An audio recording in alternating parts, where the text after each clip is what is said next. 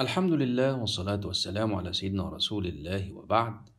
حديثنا اليوم عن أم المؤمنين التي زوجها الله تعالى لرسوله بنص كتابه بلا ولي ولا شاهد، وكانت تفخر بذلك على أمهات المؤمنين وتقول: زوجكن أهليكن وزوجني الله من فوق عرشه. وفيها نزلت آية الحجاب، وهي أول نسائه موتا بعده، وكانت تلقب بأم المساكين.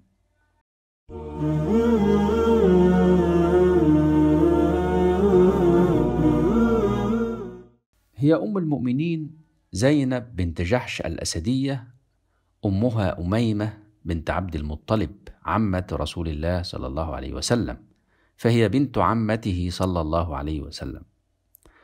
أسلمت هي وأهلها قديما وهاجرت إلى المدينة مع من هاجر من أهلها، وأصبحت شابة ذات جمال وشرف في النسب يتطلع إليها الرجال.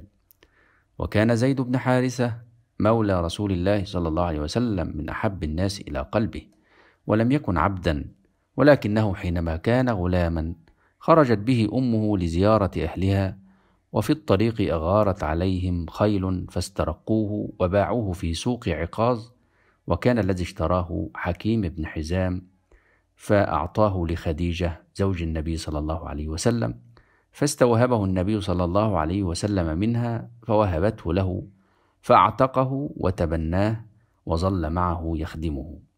وكان أبوه دائم البحث عنه، فلما أخبر بمكانه جاء هو وأخوه بفدائه.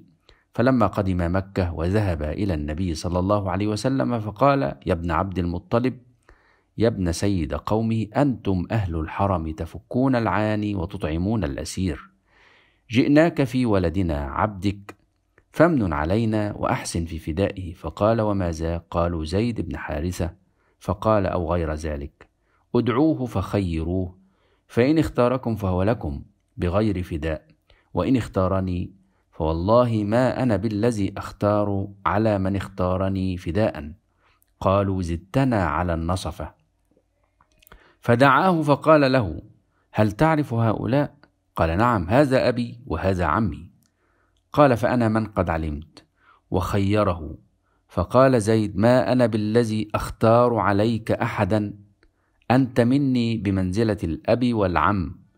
فقال: ويحك يا زيد، أتختار العبودية على الحرية وعلى أبيك وعمك وأهل بيتك؟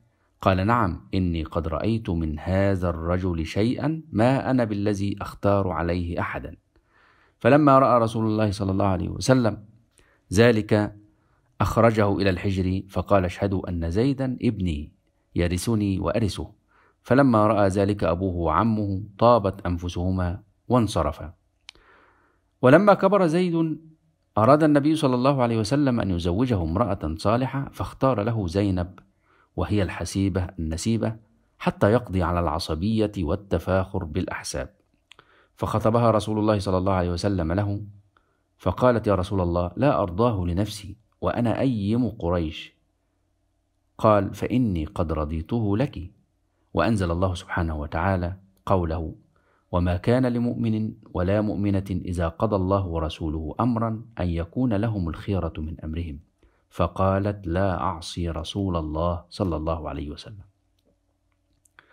فتزوجها زيد، ولما دخل عليها أرته من كبريائها وعظمتها ما لم يتحمله، فاشتكاها لرسول الله صلى الله عليه وسلم، فأمره باحتمالها والصبر عليها، وقال له: أمسك عليك زوجك واتق الله، إلى أن ضاقت نفسه، فأخبره بالعزم على طلاقها وقرر ذلك وطلقها.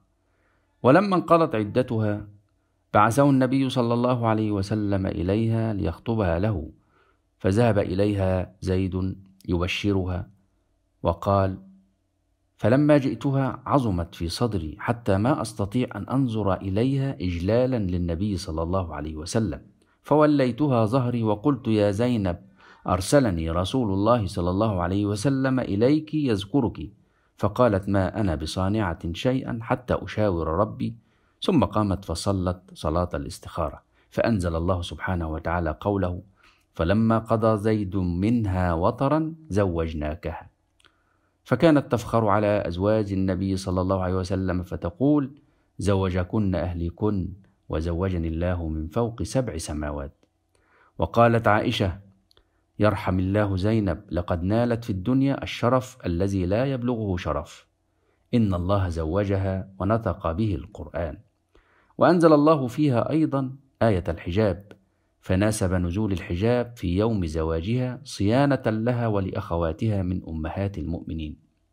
تزوج النبي صلى الله عليه وسلم زينب في ذي القعدة سنة 5 من الهجرة، وهي يومئذ بنت 25 سنة، وكانت صالحة صوامة قوامة بارة، وكان يقال لها أم المساكين من كثرة إنفاقها على المساكين.